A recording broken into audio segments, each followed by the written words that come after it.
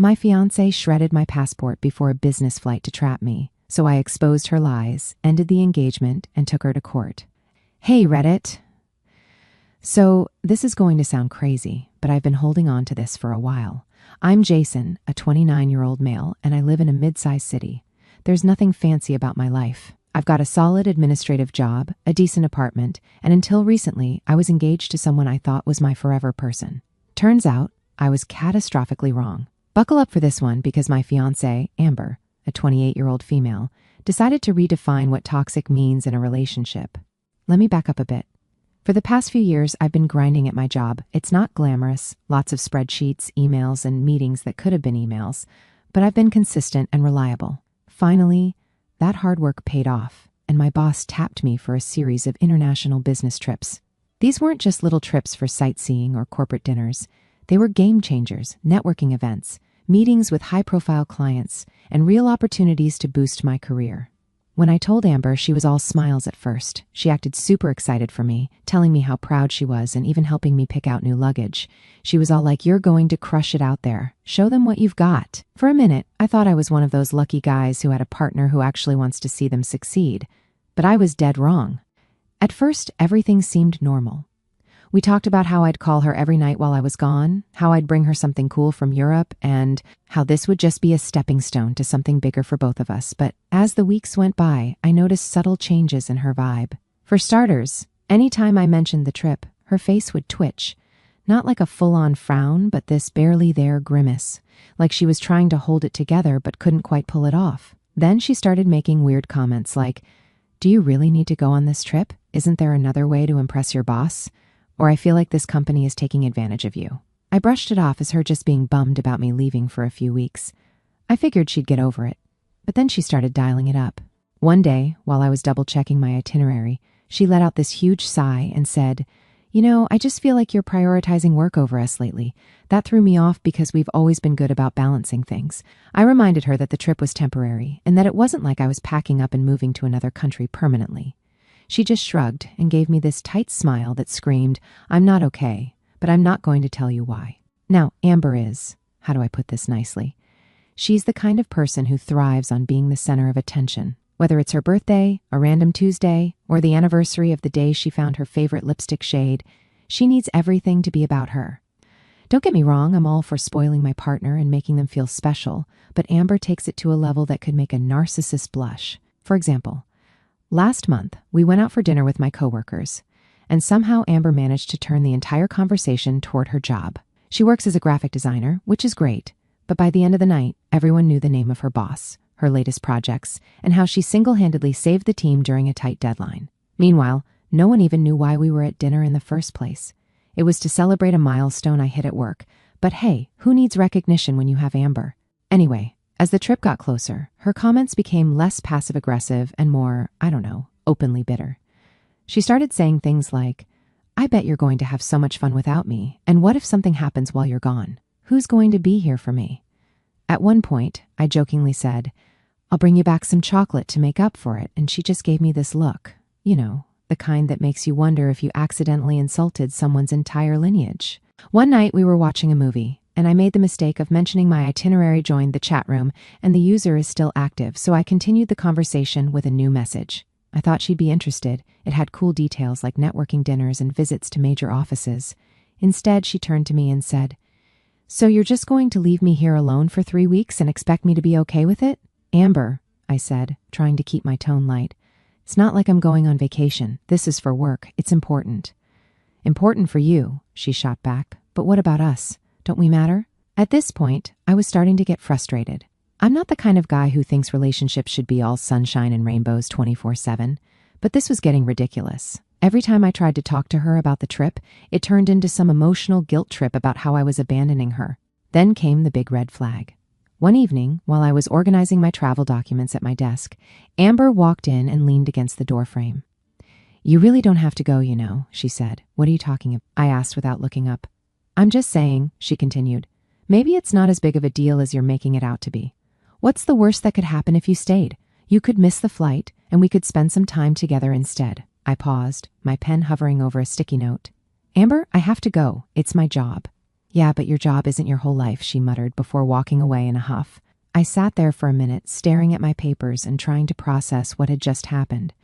Was she seriously suggesting I ditch this massive opportunity just to hang out at home? Who even thinks like that? But here's the thing. Amber wasn't done. She started making little digs whenever she could, like she would be laughing and saying, "Don't forget your passport. Wouldn't want you to miss your flight." Or what if the universe is trying to tell you something and you're ignoring it? At this point, I wasn't just annoyed. I was starting to get genuinely uneasy. That brings us to the night before my flight. Everything was packed, my documents were ready, and I was feeling good. Then I opened the drawer where I always keep my passport, and it wasn't there. I stood there, frozen for a moment, staring at the empty drawer like my passport would magically appear if I just focused hard enough. But it was gone. That awful sinking feeling hit me like a truck. This wasn't some misplaced sock or the TV remote. My entire trip, my career, depended on this one thing, and it had vanished into thin air. I yanked the drawer out completely, flipping it over to check underneath. Still nothing. My hands were shaking as I tore through the rest of the desk, shoving papers, notebooks, and random junk aside. No sign of it. "Jason, what's going on?" Amber's voice drifted in from the doorway. I glanced up, and there she was, leaning casually against the doorframe, her damp hair wrapped in a towel like this was just another regular night. "My passport's gone," I said. My voice strained as I opened another drawer, half expecting it to magically appear. She tilted her head and frowned. "Gone? That's weird. Are you sure you didn't put it somewhere else?" "Amber," I said, exasperated. "It's always in this drawer, always."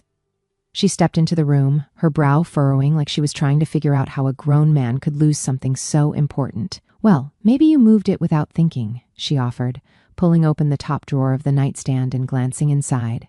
"I didn't move it," I snapped, my frustration spilling over. "I'm not careless about this stuff. It's always in the same place." Okay, she said quickly, holding up her hands. "Let's not panic. We'll find it." I appreciated the gesture, sort of, but the way she was poking around half-heartedly, flipping through a pile of clothes on a chair, was driving me insane. I could already feel my head pounding. This wasn't the time for casual searching. "I've already checked there," I said, pointing at the spot she was looking. "Well, you never know," she said with a shrug, barely glancing up.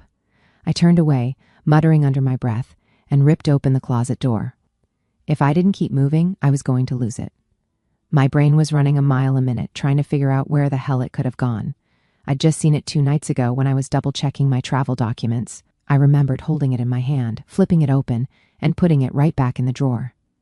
So where was it now? We tore apart the room, or at least I did. Amber floated around like she was on a scavenger hunt for something she didn't care about. She'd open a drawer, glance inside, and move on without even digging through it. "You're sure it's not at the office?" she asked suddenly, leaning against the dresser. "Why would it be at the office?" I shot back, pulling out another stack of paperwork from a box under the bed. "Maybe you brought it there to show someone or something," she said. I didn't even dignify that with a response. My frustration was bubbling over, and the more I watched her half-hearted search efforts, the angrier I got. I needed her to care about this as much as I did, but instead, it felt like she was just going through the motions.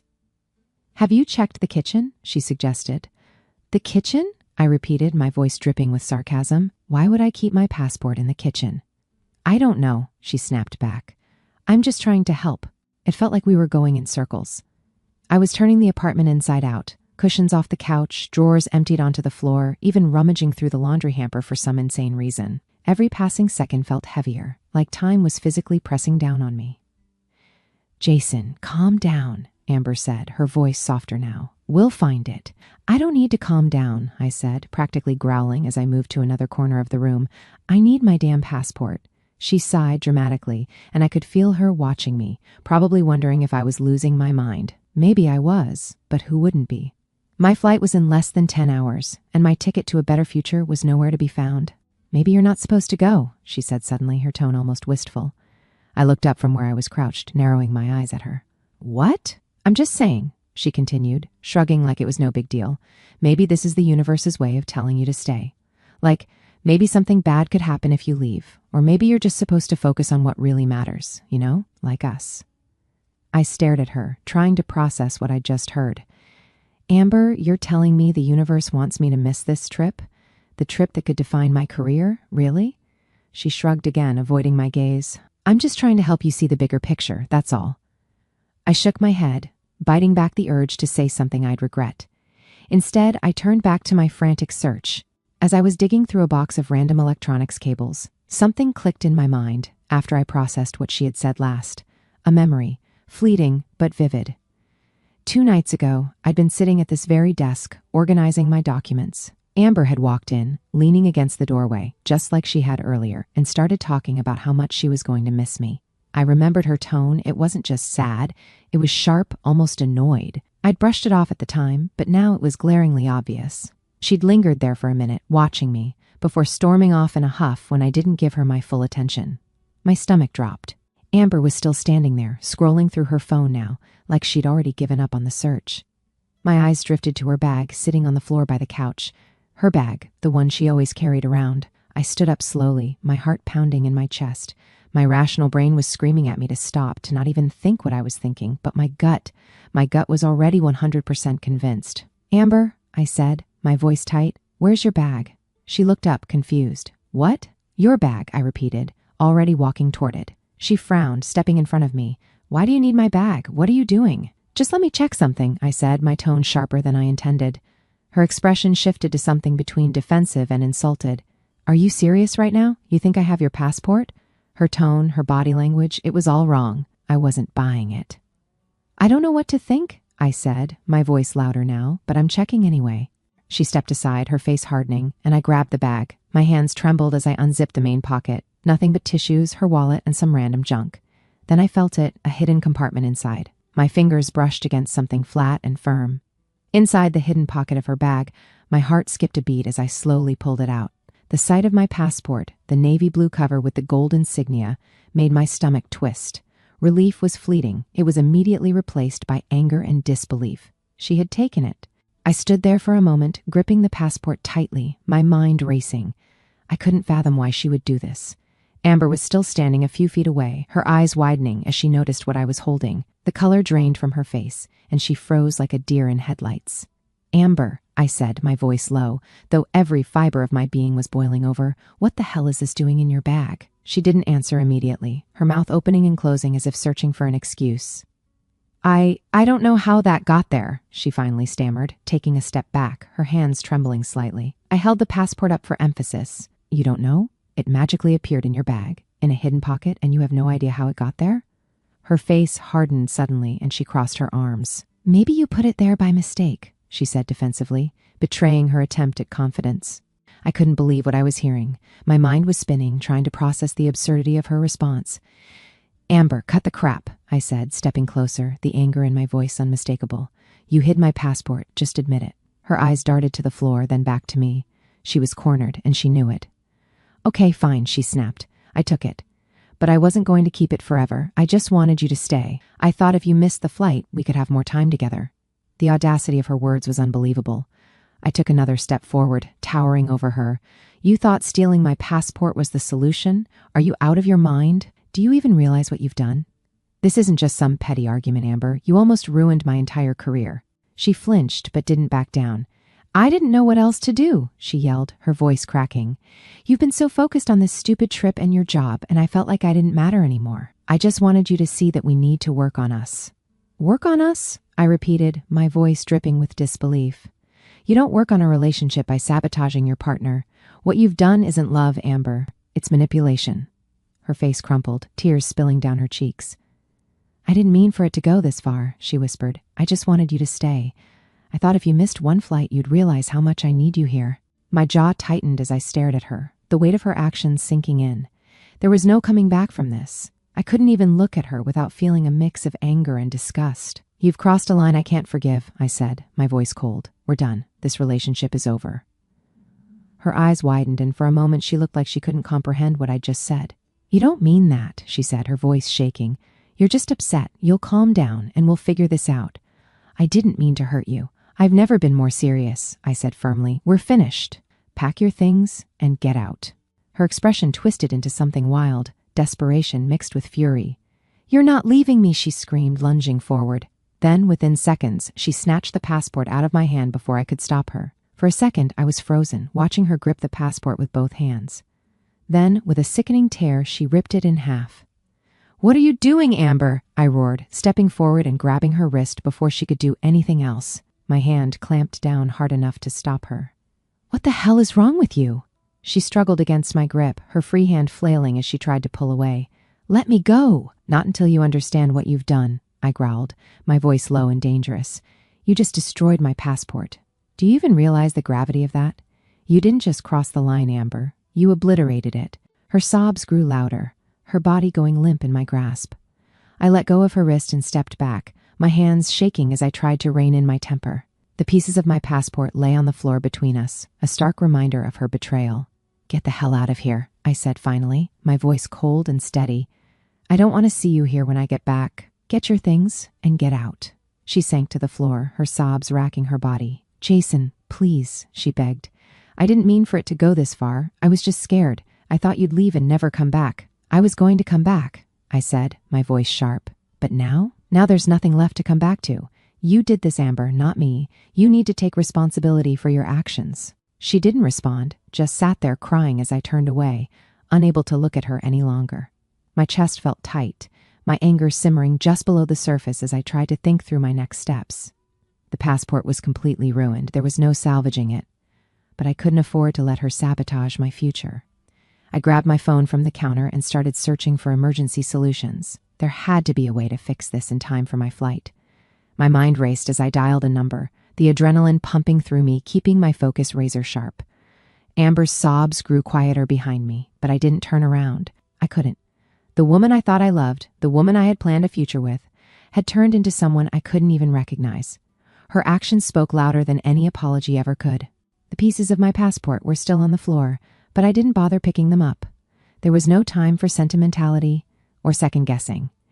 I had a flight to catch, and I wasn't going to let her ruin everything I'd worked for. My flight was still scheduled for the next morning, and somehow I needed to figure out how to replace my passport in less than 24 hours. A quick search told me that getting an emergency passport was possible, but it wouldn't be easy. I'd have to go to the nearest passport agency in person, and since it was after hours, I'd need to make an emergency appointment first thing in the morning. The catch? I'd need proof of my trip, a government-issued ID, and a whole lot of luck.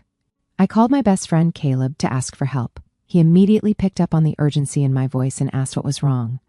I explained, trying to keep calm, that Amber had destroyed my passport. There was a noticeable pause before he responded with a shocked reaction, clearly struggling to process what I'd just told him. I laid out the details, how she had hidden it, how I found it, and how, after I told her we were done, she tore it in half right in front of me. Saying it out loud only reignited the anger I was trying to suppress. Caleb didn't hold back, calling her actions next-level psycho and asking if I was okay. I assured him I would be, but explained that I needed his help. I planned to get an emergency passport the next day and needed someone to drive me to the agency to avoid any more sabotage from her. Without hesitation, Caleb agreed and asked what time he should be there. I told him it had to be early, 6 a.m. He promised to pick me up and, before we ended the call, reassured me that I was making the right choice by walking away from her.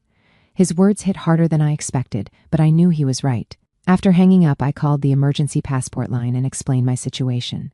They gave me an appointment for 7:30 a.m. at the nearest agency, which was, thankfully, only an hour's drive away. I spent the rest of the night gathering everything I'd need, my driver's license, a copy of my flight itinerary, and even an old photocopy of my passport that I'd kept for emergencies. By the time I finished, it was nearly midnight, and exhaustion was starting to set in. Amber had retreated to the bedroom, and the apartment was quiet. I didn't bother checking on her. Whatever she was feeling wasn't my concern anymore. At 6 a.m. sharp, Caleb showed up, looking half awake but ready to go. He took one look at me and shook his head. "Man, you look like you've been through hell." "I have," I said simply, climbing into his car. The drive to the passport agency was quiet, save for Caleb occasionally muttering about how insane Amber's actions were. I mean, I knew she was a bit intense, but this is next level, he said at one point, shaking his head. "She knew exactly what she was doing," I said, staring out the window. "And I can't believe I didn't see it sooner." "Well, now you know," Caleb said, "and now you can move on." When we arrived at the agency, I joined a line of other people who looked just as stressed as I felt. The process was surprisingly efficient. The staff didn't ask too many questions about why my passport was destroyed, though I could see a flicker of sympathy in one woman's eyes when I handed her the ripped pieces. The waiting was the worst part. Every minute felt like an hour, and my stomach churned with a mix of nerves and frustration. This entire mess had been avoidable, and yet here I was, fighting to fix something Amber had destroyed. 2 hours later, they called my name. I nearly sprinted to the counter, where they handed me a brand new passport. Relief washed over me as I clutched it tightly. Somehow, I'd pulled it off. On the drive back, I called my boss to update him. I kept the explanation short. There had been an issue with my passport, but I'd resolved it. He seemed satisfied and reminded me to make sure I didn't miss the flight. Back in my apartment, Amber was gone. Her things were still scattered around, but she wasn't there. I didn't care where she'd gone, as long as she stayed out of my way. I packed the rest of my things quickly, making sure I had everything I needed. My phone buzzed with a message from Amber, an apology, half-hearted, filled with excuses about how she hadn't meant for things to escalate. I didn't reply. I deleted the message and moved on. By the time I finished packing, the cab was outside. I grabbed my bags and took one last look around the apartment. It felt empty, but not in a bad way, more like a clean slate. I left without looking back, ready to put everything behind me. At the airport, everything went smoothly. Security was quick, and the gate wasn't crowded. Sitting in the boarding area, I allowed myself a moment to breathe. The passport in my bag felt like a lifeline, and the trip ahead seemed less daunting now that the worst of the storm had passed.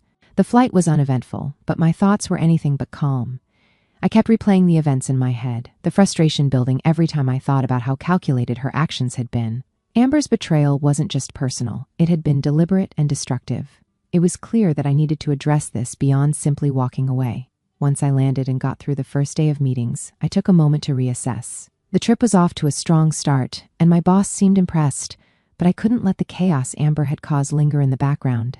During some downtime, I contacted a lawyer Caleb had recommended. I laid out everything, the stolen passport, the damage, and how it had almost cost me my career. The lawyer confirmed my suspicions. Amber's actions weren't just manipulative, they were legally questionable. Destroying the passport and interfering with my ability to travel could be considered serious offenses. The advice was clear: document everything and prepare to take legal action. As I pushed forward with the trip, I tried to focus on the work at hand.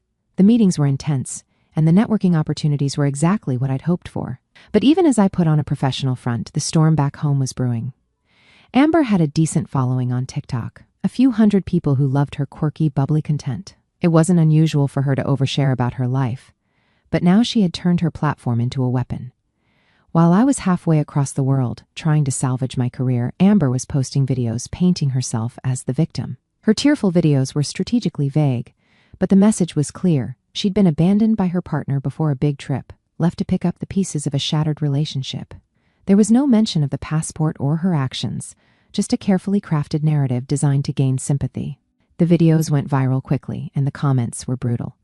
People took her side without hesitation, calling her brave for sharing her story. Mutual acquaintances chimed in, fueling the fire, and soon strangers were digging up my accounts and sending hateful messages.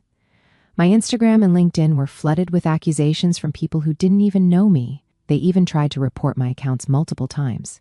At first, I was furious. Amber's spin on the story was so far removed from reality that it felt like a slap in the face. But as the lawyer had advised, I saved every message, every comment, and every screenshot of her videos.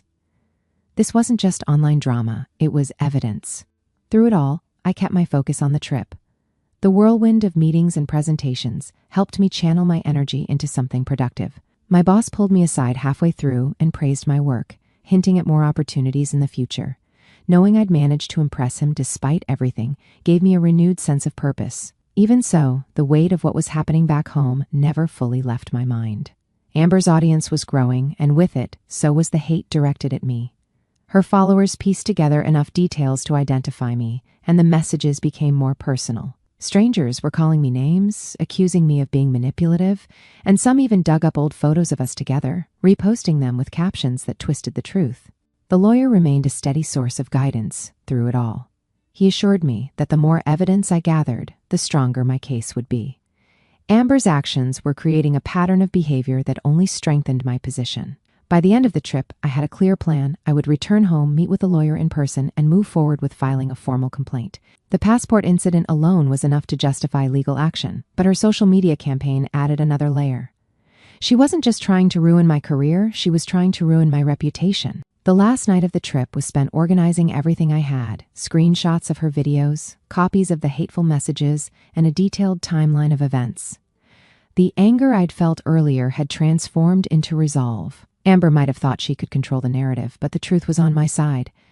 The trip had been a success, but the fallout from Amber's actions wasn't over. Her attempts to spin the story in her favor had only strengthened my determination to hold her accountable. Landing back home felt like a fresh start, even though I knew the storm was far from over. I had meetings lined up with my lawyer to finalize the case against Amber, and there were still loose ends to tie up, like the lease and my belongings at the apartment. But despite the weight of everything, I felt a sense of control. The lawyer moved quickly, filing complaints against Amber for destruction of property and interference with my travel. The evidence we'd gathered, the torn passport, screenshots of her messages, and even the TikToks she had posted, painted a clear picture of her actions. She had crossed the line in more ways than one, and now there were consequences. She was formally served, and while I didn't attend the proceedings directly, my lawyer kept me updated. The court ordered her to pay for the replacement passport, the added travel expenses I incurred, and a small penalty for property destruction. Amber's social media campaign, which had initially gained her sympathy, began to unravel as details of the case surfaced. Her followers started questioning her version of events. People dug deeper, and some discovered my professional reputation and the fact that I had kept quiet publicly while handling things legally.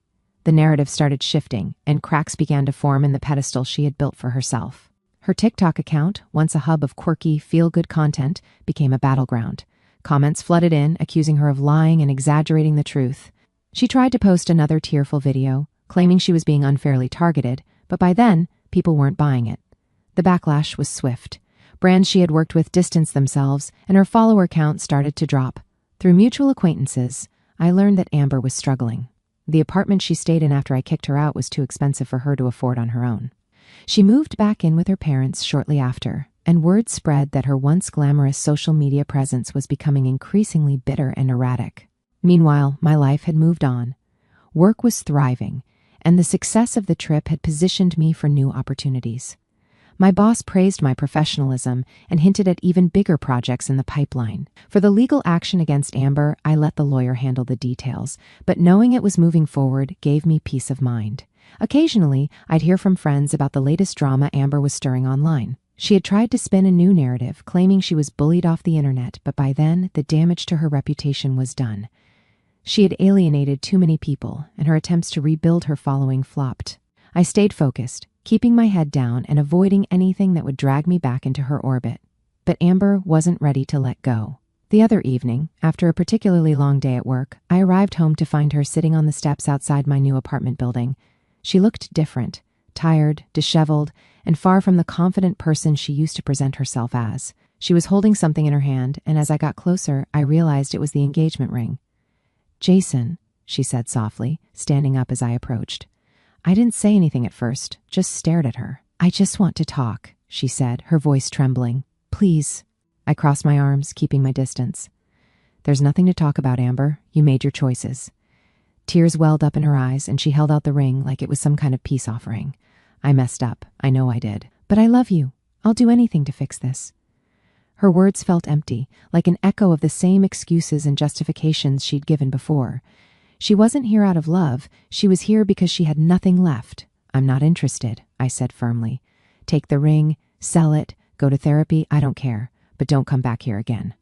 Her face crumpled, and for a moment it looked like she might argue. But something in my expression must have told her I wasn't going to bend, because she stepped back, clutching the ring tightly. "I'm sorry," she whispered, barely audible. I didn't respond. I turned and walked past her, unlocking the door to my building and stepping inside without looking back. Amber never came back after that. Whatever lingering hope she had of reconciliation was gone, and I felt nothing but relief. But you know what? The experience taught me more than I ever wanted to learn about trust and manipulation. Amber loved me, but she became obsessed to the level she turned into a psychopath. In the end, all she had done was reveal her true self. I'd walked away stronger, with a clearer sense of who I was and what I deserved. And her? She was just a memory now, one I was glad to leave behind. Was I too harsh in cutting her off completely? Or does this seem justified to you?